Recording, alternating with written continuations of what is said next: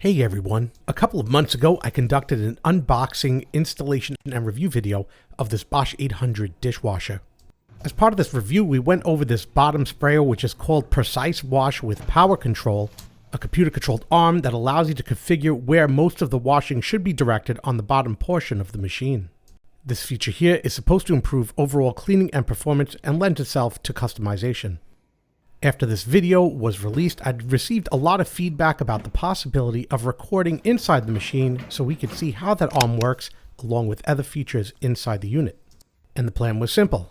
Empty the machine, put in a camera, capture a video, post it on YouTube, and that would be it. But things went wrong real quick, notably for my trusty Hero 3 in the top left corner. And as a tribute, I'm including the last surviving footage of that camera. Not taking into account the fact that the seals were so old on the camera it was no longer waterproof, and the amount of heat generated in the machine, and that my waterproof LED light from Amazon wasn't waterproof, wasn't even water resistant. I do get some cool footage though from this angle, so enjoy it. I'll point out that on startup it spins at the same speed constantly regardless of the settings.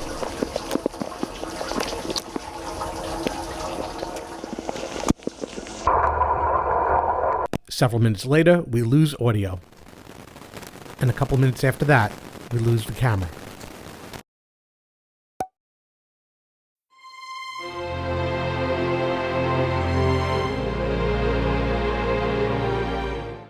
Retrying a month later now with stuff I'm borrowing, so I have to be more careful. The light dried out after spending a couple of weeks in desiccant. I'll be using a suction cup for an off-the-door mounting. I'll be putting a temperature sensor in the machine to cut it off at the maximum camera operating temperature, along with a new waterproof case and somebody else's Hero 3 Plus. My waterproof lamp is going in a Ziploc bag because it's not waterproof. And the temperature sensor isn't purported to be waterproof, so I'm going to put that in a Ziploc bag as well. My inspector Lily joins us as usual, and she brought her friend Luna with her. I'll be bribing both inspectors now so we could get underway with this video. Half of them was satisfied. It looks like Luna wants a bigger bribe. So we'll apply power to the machine. I've placed the temperature sensor up here in the silverware tray. Push it back a bit. You can see the light over here in the second tray, and the bottom tray I've removed. I've checked the clearance of the middle tray spinner against the camera that I've mounted on the door and closed it for testing. And everything passes, but I didn't have the wireless password of the camera, so I had to take some videos until I saw the angle was right and then tighten everything down, hit the record button, and close the door. Opening up my normal program, I definitely want to shut the dryer off or it'll melt the camera. Then I'll select PowerControl. And for this test, I'll modify two zones. The front right I'm going to set to heavy, and the back left I'm going to set to light, leaving the other two normal. Then I'll press the back arrow, and we're ready to begin. So we'll hit start, and we'll monitor from the iPad. If you'd like to see the full video of the unboxing, installation, and evaluation of this dishwasher, click the link on the top right corner. As things get underway with the machine, I'll be monitoring the temperature in the machine with the Govee app, and if it hits 50 degrees centigrade, we'll be shutting it down to save the camera. I'll use the footage of both cameras in the beginning since the footage of the first camera came out good. Initially, as the machine turns on, we could see that the arm spins around several revolutions, probably some sort of diagnostic or position homing that goes on within the device. Speeding things up, a total of 3 revolutions are made before it comes back to the home position. It then pauses for just under 25 seconds before turning to stop at predetermined places, and we know this because we're watching it on separate videos recorded at different times. It appears to come to a rest at the back left position, waiting a couple of seconds, then making a full rotation, at which point it will come to a rest in the front right position. And this is where the startup procedure comes to an end. The arm will now remain in this position as the left side port of the machine starts to fill the machine with water. I'll speed this step up until the water reaches the proper level. Once the water has been filled, the arm will start to turn as part of the pre-rinse cycle. It takes a quick pause before continuing to turn. It is evident that the spinner at the end, it spins with the power of water. There's no motor in the spinner at the end. The motor only drives the arm that turns it around the machine. 2 observations can be made during pre-rinse. Number 1, when it is spinning, the speed of the arm is constant. It doesn't speed up or slow down at any given quadrant. And number two, it doesn't spin all the time. It could sit for long periods of time, not spinning or spraying at all. We also come to find that when it does spin, the direction's not constant. As shown here, it's spinning in the anti-clockwise direction. I'm not sure entirely what that does. Since the spinner is not controlled by a motor, its pattern does not change. It's also worth noting, you may have noticed that the machine on the bottom fills up with the water that it's going to be working with for that cycle. So if you're not cleaning that bottom filter regularly, all that water is going to be sitting in and working through all of this nastiness. It's just something you want to consider when you're washing your dishes. Not only will the clean filter help the system drain better, it's just a lot less disgusting. At this point, I'll be switching off the first camera as it's slowly starting to fail. I'm seeing that it doesn't stop in a particular area, but depending on how it was configured, as shown here, if it's heavy, it'll be slower in that area, normal is average, and light, it moves faster in that area. Keep this in mind as we proceed through the footage. Now, once this arm starts spinning and spraying water up towards the camera, it might become difficult to follow exactly what it's doing with regard to the speeds in the different quadrants.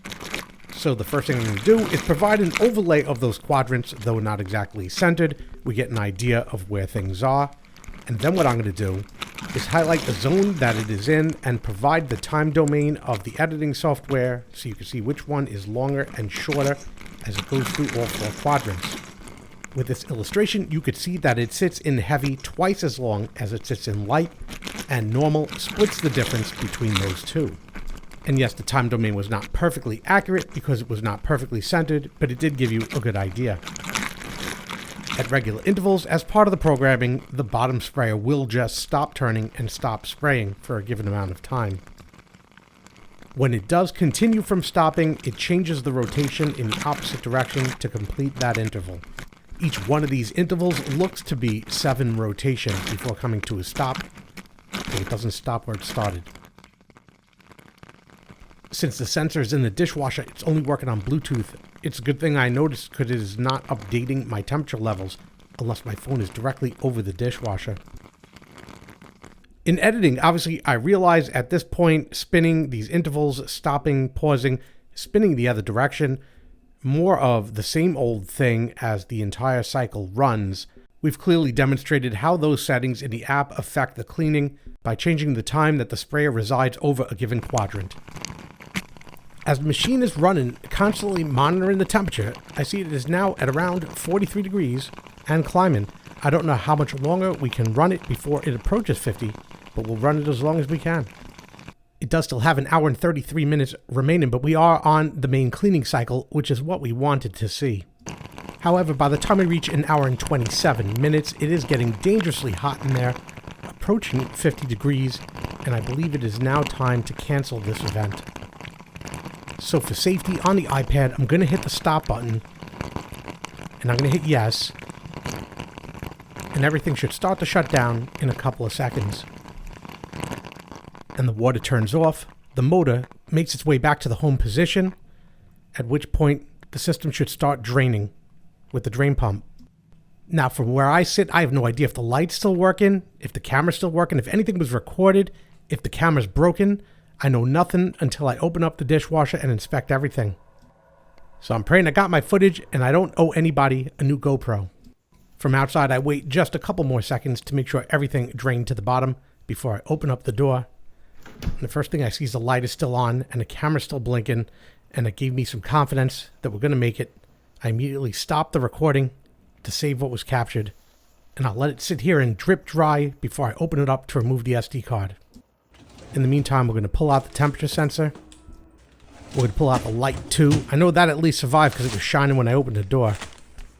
Everything survived, including the camera and footage, but you already know that because you're watching this video. Finish off by dropping this tray back in, as my wife is waiting patiently to reload the dishwasher. And that concludes the internal viewing of the Precision Wash and PowerControl on this Bosch 800 dishwasher and all the trials that it took to get this to work right. I hope you found this video enjoyable, entertaining, and informative. Do me a favor, hit that like button down below, helps me out a lot when you do, and hit that subscribe button for more videos like this when they come out. Again, I hope you enjoyed this video. Thanks for watching. Thanks for watching. Would you like to reply?